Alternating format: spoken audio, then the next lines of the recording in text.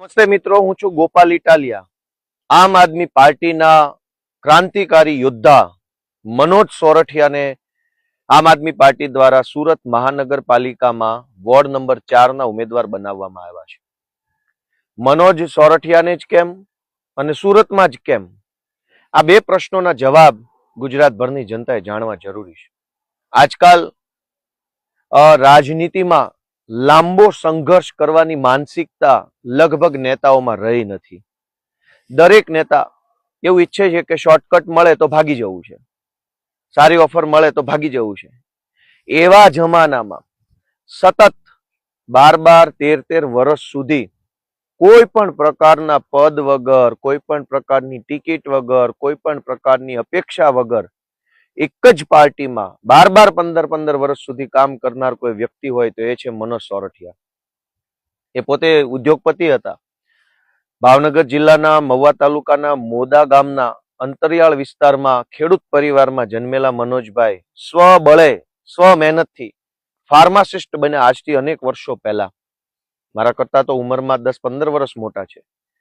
વર્ષો પહેલા ખેડૂત પરિવારમાં, અભણ પરિવારમાં જન્મેલ એક વ્યક્તિ ફાર્માસિસ્ટ બને એ બહુ મોટી ઘટના કહેવાય. ગામડામાંથી શહેરમાં ભણવા જવું, જાતે ભણવું, જાતે આગળ વધવું, આજુબાજુમાં ભણતરનો માહોલ ન હોય એવા સમયમાં ભણવું એ મોટી વાત છે.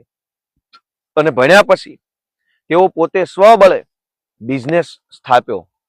એ જમાનામાં વોટરજેટ મશીનોની ખૂબ બોલબાલા હતા ટેક્સટાઇલ ઇન્ડસ્ટ્રીઝની અંદર. સુરતની અંદર વોટરજેટ મશીનના બહુ મોટા ડીલરે હતા. ઇન્ટરનેશનલ લેવલે કામ હતું. એક ઓફિસ એમની દિલ્હીમાં હતી, એક સુરતમાં હતી અને એક વિદેશમાં હતી. મહિનામાં, વર્ષમાં 6 મહિના ભારતમાં, 6 મહિના વિદેશમાં રહેતા, ખૂબ પૈસા કમાતા અને સારું જીવન જીવતા હતા.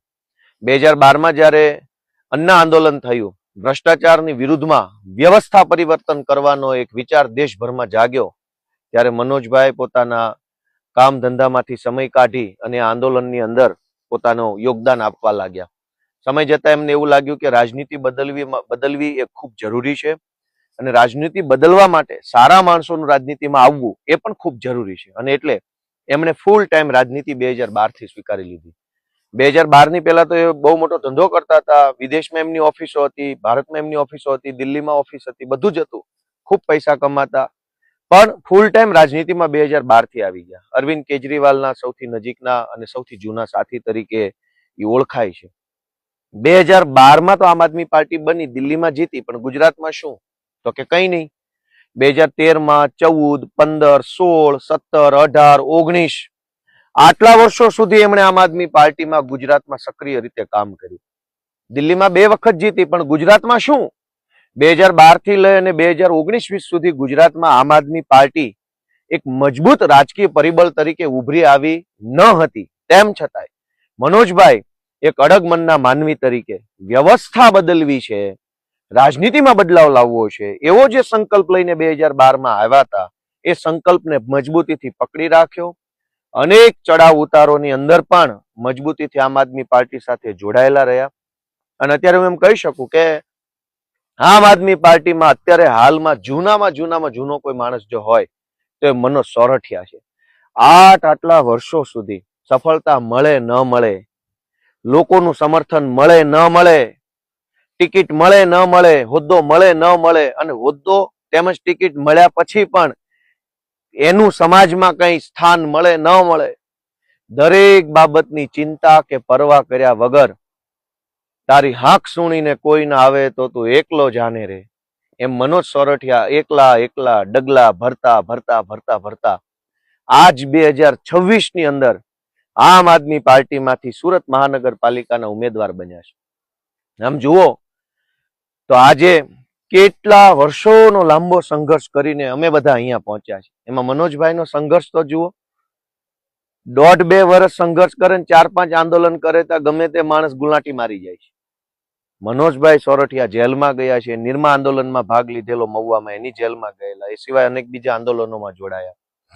અને છતાંય હિંમત હાર્યા વગર જે સપનું 2012માં જોયું હતું કે વ્યવસ્થા બદલવી છે, રાજનીતિ બદલવી છે, એ બદલવા માટેનું લક્ષ્ય લઈને આજે આમ આદમી પાર્ટીના ઉમેદવાર બન્યા છે. ગુજરાતમાં આજે આમ આદમી પાર્ટી અવગણી ન શકાય, નજરઅંદાજ ન કરી શકાય અંગ્રેજીમાં ઇગ્નોર ન કરી શકાય એવું સજ્જડ બમ રાજકીય પરિબળ તરીકે આમ આદમી પાર્ટી ગુજરાતમાં ઉભરી આવી છે. તો એની પાછળ મનોજભાઈ જેવા અનેક બીજા નિષ્ઠાવાન કાર્યકર્તાઓના યોગદાનનો શ્રેય છે. અનેક કાર્યકર્તાઓએ આ પાર્ટી ટકાવી રાખી. અને સુરતમાં જ કેમ, મનોજભાઈની જ ટિકિટ કેમ, એનો મેં જવાબ આપ્યો કે આ માણસ છે કોણ? 12 વર્ષ સુધી, 15 વર્ષ સુધી એક જ પાર્ટીમાં તમે નિષ્ઠાથી ટકી રહ્યો તો તમે હકદાર છો કે તમને પાર્ટીમાં તમે જે માગો એ મળવું જોઈએ. અને સુરતમાં જ કેમ? સુરત મિત્રો, હું તો એમ કહીશ કે અમદાવાદ કરતા પણ ઇન્ટરનેશનલી વધારે કનેક્ટેડ સુરત છે. સુરતના હીરાનો ઉદ્યોગ એ આંતરરાષ્ટ્રીય ખ્યાતિ ધરાવે છે. સુરતનો કાપડ ઉદ્યોગ એ આંતરરાષ્ટ્રીય ખ્યાતિ ધરાવે છે. સુરતની અંદર પોર્ટ છે, દરિયો છે, એ દરિયો પણ આંતરરાષ્ટ્રીય રીતે વેપારનું એક માધ્યમ છે. આ સિવાય સુરતની વર્ષો પહેલા જરી ઉદ્યોગ વખણાતો, એ જરી પણ ખૂબ ગ્લોબલી ફેમસ થયેલી.